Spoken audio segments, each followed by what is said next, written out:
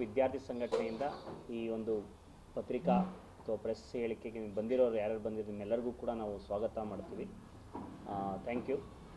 ಇವತ್ತು ನಾವು ವಿಜಯಪುರದಲ್ಲಿ ಒಂದು ಪ್ರೆಸ್ ಮೀಟ್ ಮಾಡ್ತಾ ಇದ್ದೀವಿ AIDSO ವಿದ್ಯಾರ್ಥಿ ಸಂಘಟನೆಯಿಂದ.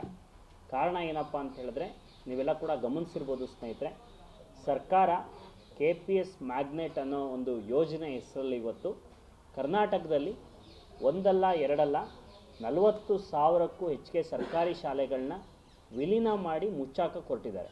ಇವತ್ತು ಅತ್ಯಂತ ಗಂಭೀರವಾದಂಥ ವಿಷಯ ಇದು. 6,000 ಗ್ರಾಮ ಪಂಚಾಯಿತಿಗಳಿಗೆ ಒಂದು ಶಾಲೆಯನ್ನು ತೆಗಿತೀವಿ. LKGಯಿಂದ ಹಿಡಿದು 12ನೇ ಕ್ಲಾಸ್ವರೆಗೂ ಕೂಡ ಅಲ್ಲಿ ನಾವು ವ್ಯವಸ್ಥೆ ಮಾಡ್ತೀವಿ.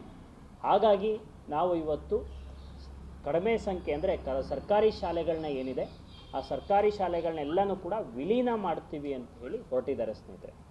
ಇದನ್ನು AIDSO ವಿದ್ಯಾರ್ಥಿ ಸಂಘಟನೆಯಿಂದ ತೀವ್ರವಾಗಿ ವಿರೋಧಿಸ್ತೀವಿ.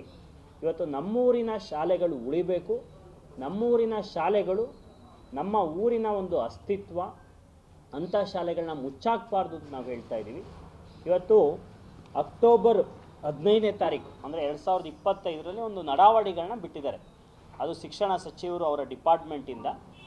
ಅದರಲ್ಲಿ ಎಷ್ಟು ವಿಸ್ತಾರವಾಗಿ ಅವರು ಹೇಳಿದ್ದಾರೆ ಅಂತ ಹೇಳಿದ್ರೆ, KPS ಮ್ಯಾಗ್ನೆಟ್ ಯೋಜನೆ ತಂದು 3 ರಿಂದ 6 ಕಿಲೋಮೀಟ್ರ್ ವ್ಯಾಪ್ತಿಯಲ್ಲಿರುವಂಥ ಎಲ್ಲ ಸರ್ಕಾರಿ ಶಾಲೆಗಳನ್ನು ಕೂಡ ವಿಲೀನ ಮಾಡ್ತೀವಿ ಅಂಥೇಳಿ.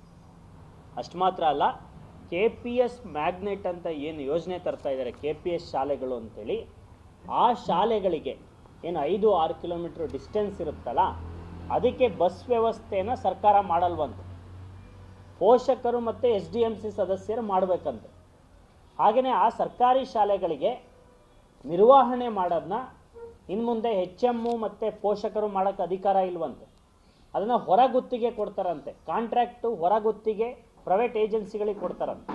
ಅಷ್ಟು ಮಾತ್ರ ಅಲ್ಲ, ಅಲ್ಲಿ ಮುಂದೆ ಆರ್ಥಿಕ ಸಹಾಯವನ್ನು ಸರ್ಕಾರದಿಂದ ನೀವು ಕೇಳಬಾರ್ದು, ನಿಮ್ಮ ಶಾಲೆಯ ಒಂದು ಇನ್ಕಮ್ಮನ್ನು ನೀವೇ ಉತ್ಪತ್ತಿ ಮಾಡ್ಕೋಬೇಕು ಅಂತೇಳಿ ಸರ್ಕ್ಯುಲರಲ್ಲಿ ಬರೆದಿದ್ದಾರೆ ಕ್ಲಿಯರ್ ಕಟ್ ಆಗಿ. ಅದರ ಅರ್ಥ ಶಿಕ್ಷಣವನ್ನು ಸಂಪೂರ್ಣವಾಗಿ ಖಾಸಗೀಕರಣ ಮಾಡೋದಕ್ಕೆ ಹೊರಟಿದ್ದಾರೆ KPS ಶಾಲೆಗಳ ಮೂಲಕ. ಇವಾಗಲೇ ಮಂಡ್ಯ ಜಿಲ್ಲೆ KR ಪೇಟೆ KPS ಶಾಲೆಯಲ್ಲಿ 3,600 ರೂಪಾಯಿ ಗೌರ್ಮೆಂಟ್ KPS ಶಾಲೆಯಲ್ಲಿ ಇವತ್ತು ದುಡ್ಡನ್ನು ವಸೂಲಿ ಮಾಡ್ತಾ ಇದ್ದಾರೆ. ಇದೇ ರೀತಿ ಆದರೆ ಎಲ್ಲ KPS ಶಾಲೆಗಳಲ್ಲೂ ಕೂಡ ದುಡ್ಡನ್ನು ವಸೂಲಿ ಮಾಡೋದಕ್ಕೆ ಇದು ಸರ್ಕ್ಯುಲರ್ ಅವ್ರು ಬಿಟ್ಟಿರೋವಂಥದ್ದು. ಈ ಹಿನ್ನೆಲೆಯಲ್ಲಿ ಸ್ನೇಹಿತರೆ, ನಮ್ಮೂರಿನ ಸರ್ಕಾರಿ ಶಾಲೆಗಳು ಉಳಿಬೇಕು ಅಂತೇಳಿ ನಾವು ಹೋರಾಟ ಮಾಡ್ತಾ ಇದ್ದೀವಿ. ಅಷ್ಟು ಮಾತ್ರ ಅಲ್ಲ, ಈ ಯೋಜನೆಯನ್ನು ಇಂಪ್ಲಿಮೆಂಟ್ ಮಾಡೋದಕ್ಕೆ ನಮ್ಮ ಸರ್ಕಾರದ ಮಹಾನುಭಾವರು ಅವರು ಇವತ್ತು ಏಷ್ಯನ್ ಡೆವಲಪ್ಮೆಂಟ್ ಬ್ಯಾಂಕಲ್ಲಿ 2,500 ಕೋಟಿ ರೂಪಾಯಿ ಸಾಲ ತೊಗೊಂಡಿದ್ದಾರೆ. ಎಂಥ ಗಂಭೀರವಾದ ವಿಚಾರ ಅಂತ ಹೇಳಿದ್ರೆ, ನಾವು ಕಟ್ಟುವಂಥ ಟ್ಯಾಕ್ಸ್ ದುಡ್ಡು, ತೆರಿಗೆ ದುಡ್ಡು ಅವ್ರಿಗೆ ಸಾಲಲ್ವಂತೆ. ನಮಗೆ ಶಿಕ್ಷಣ ಕೊಡೋದಕ್ಕೆ, ಆರೋಗ್ಯ, ಕನ್ನಡ ಇದೆ, ಒಂದೇ ಒಂದು ಸರ್ಕಾರಿ ಶಾಲೆಗಳನ್ನ ಮುಚ್ಚಾಕಕ್ಕೆ ನಮ್ಮ ಬಿಡೋದಿಲ್ಲ ಅಂತ ಹೇಳ್ತಾರೆ. ಅದೇ ಪುಣ್ಯಾತಂಬರು ಇವತ್ತು ನಾವು ಸರ್ಕ್ಯುಲರ್ ಕೊಡ್ತೀವಿ ಸ್ನೇಹಿತರೆ. ರಾಮನಗರ ಅಂದರೆ ಬೆಂಗಳೂರು ದಕ್ಷಿಣ ಅಂತ ಇವತ್ತೇನು ಜಿಲ್ಲೆ ಆಗಿದೆ, ಅಲ್ಲಿ ಚನ್ನಪಟ್ಟಣ ತಾಲೂಕು ಹೊಂಗನೂರಿನಲ್ಲಿ ಒಂದು KPS ಶಾಲೆ ಮಾಡಿದ್ದಾರೆ. ಅದು ಕೂಡ ಪ್ರೈವೇಟ್ ಒಬ್ಬರು ಸ್ಪಾನ್ಸರ್ ಮಾಡಿ. ಆ ಶಾಲೆಗೆ ಹೆಸರು ಸರ್ಕಾರಿ ಶಾಲೆ ಅಂತಲ್ಲ, ಕಣ್ವ ಫೌಂಡೇಶನ್ ಶಾಲೆ ಅಂತೇಳಿ. ಆ ಶಾಲೆಗೆ ಅದ್ರ ಸುತ್ತಮುತ್ತ ಇರುವಂಥ 5 ರಿಂದ 6 ಕಿಲೋಮೀಟ್ರ್ ವ್ಯಾಪ್ತಿಯಲ್ಲಿರುವಂತಹ 7 ರಿಂದ 8 ಹಳ್ಳಿಗಳ ಮಕ್ಕಳನ್ನು ಅಲ್ಲಿ ವಿಲೀನ ಮಾಡ್ತಾ ಇದ್ದಾರೆ. ನಿಮಗೆ ಆಶ್ಚರ್ಯ ಆಗುತ್ತೆ, ಮಕ್ಕಳ ಸಂಖ್ಯೆ ಎಷ್ಟಿದೆ ಅಂತ ಹೇಳಿದ್ರೆ, ಇವರು ಶಾಲೆ ಸ್ಟ್ರೆಂತ್ ಇಲ್ಲ ಅಂತ ಹೇಳ್ತಾರಲ್ಲ, 100 ಮಕ್ಕಳು, 80 ಮಕ್ಕಳು, 120 ಮಕ್ಕಳಿರುವಂತಹ ಶಾಲೆಗಳನ್ನ ಇವತ್ತು ಅಲ್ಲಿಗೆ ವಿಲೀನ ಮಾಡೋದಕ್ಕೆ ಶಿಕ್ಷಣ ಸಚಿವರೇ ಸರ್ಕ್ಯುಲರ್ನ ಹೊರಡಿಸಿದ್ದಾರೆ ಸ್ನೇಹಿತರೆ. ಆ ಶಿಕ್ಷಣ ಸಚಿವರು TV ಮುಂದೆ ಕೂತ್ಕೊಂಡು ಒಂದೇ ಒಂದು ಸರ್ಕಾರಿ ಶಾಲೆಗಳನ್ನು ಕೂಡ ಮುಚ್ಚೋದಿಲ್ಲ ಅಂತ ಹೇಳ್ತಾರೆ. ನಾವು ಇದನ್ನು ವಿರೋಧಿಸ್ತೀವಿ. ಈ ಕೂಡಲೇ ಎಲ್ಲ ಸರ್ಕಾರಿ ಶಾಲೆಗಳಿಗೂ ಕೂಡ ಮೂಲಭೂತ ಸೌಕರ್ಯಗಳನ್ನ ಕೊಡಬೇಕು, ನಮ್ಮೂರಿನ ಸರ್ಕಾರಿ ಶಾಲೆಗಳನ್ನ ಅಭಿವೃದ್ಧಿ ಪಡಿಸ್ಬೇಕು ಅಂತೇಳಿ ನಾವು ಆಗ್ರಹಿಸ್ತೀವಿ. ಇವತ್ತು ಬರೀ ಸರ್ಕಾರಿ ಶಾಲೆಗಳು, ನಮ್ಮ ಹಳ್ಳಿಗಳಲ್ಲಿ ಏನಿದಾವಲ್ಲ ಆ ಸರ್ಕಾರಿ ಶಾಲೆಗಳು ಬರೀ ವಿದ್ಯೆಗಳನ್ನ ಕೊಡುವಂತಹ ಕೇಂದ್ರ ಮಾತ್ರ ಅಲ್ಲ ಸ್ನೇಹಿತರೆ. ನಮ್ಮ ದೇಶವನ್ನು ಏನು ಡೆಮೋಕ್ರೆಟಿಕ್ ಅಂತ ಕರಿತೀವಿ, ಪ್ರಜಾತಂತ್ರ ಅಂತ ಏನು ಕರಿತೀವಿ, ಆ ಪ್ರಜಾತಂತ್ರದ ಅಸ್ತಿತ್ವವನ್ನು ಇಟ್ಟಿರೋ ಅಂಥದ್ದು ಹಳ್ಳಿಗಳಲ್ಲಿ ಶಾಲೆಗಳ ಮೂಲಕ. ಇವತ್ತು ಎಲೆಕ್ಷನ್ ಬಂದರೆ ವೋಟ್ ಹಾಕೋದು ಆ ಶಾಲೆಗಳಲ್ಲಿ. ಆ ಶಾಲೆಗಳಲ್ಲಿ ಇವತ್ತು ಸ್ವತಂತ್ರ ದಿನಾಚರಣೆ ನಡೆಯುತ್ತೆ, ಗಣರಾಜ್ಯೋತ್ಸವ ನಡೆಯುತ್ತೆ. ಹಲವಾರು ಮಹಾನ್ ವ್ಯಕ್ತಿಗಳ ಕಾರ್ಯಕ್ರಮಗಳು ನಡೆಯುತ್ತೆ, ಕ್ರೀಡಾ ಚಟುವಟಿಕೆಗಳು ನಡೆಯುತ್ತೆ, ಸಾಂಸ್ಕೃತಿಕ ಚಟುವಟಿಕೆಗಳು ನಡೆಯುತ್ತೆ. ಇದೆಲ್ಲವೂ ಕೂಡ ಶಾಲೆಗಳ ಮೂಲಕ ಹಳ್ಳಿಗಳಿಗೆ ತಲುಪುತ್ತೆ ಸ್ನೇಹಿತರೆ.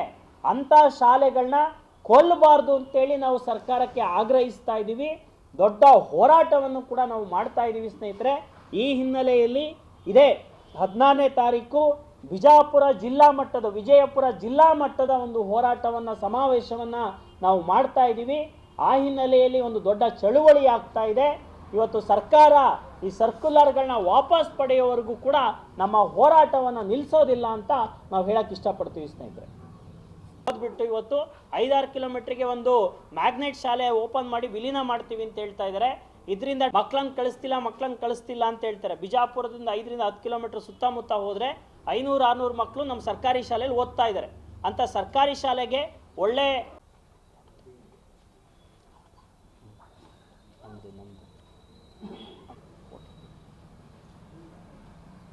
ಏನಾದ್ರು ಪ್ರಶ್ನೆಗಳಿದ್ರೆ ಕೇಳ್ಬೋದು. ಮಾಧ್ಯಮ ಮಿತ್ರರಲ್ಲಿ ನಮ್ಮ ಶಾಲೆಗಳಿಗೆ ಹೋಗಿದ್ದೀನಿ ಸ್ನೇಹಿತರೆ. 500, 600, 700 ಮಕ್ಕಳು ನಮ್ಮ ಶಾಲೆಗಳಲ್ಲಿ ಇದ್ದಾರೆ. ಇದನ್ನು ನೀವು ದಯವಿಟ್ಟು ಜನಗಳಿಗೆ ತಿಳಿಯೋ ಮಟ್ಟಿಗೆ ಶಿಕ್ಷಣ ಸಚಿವರಿಗೆ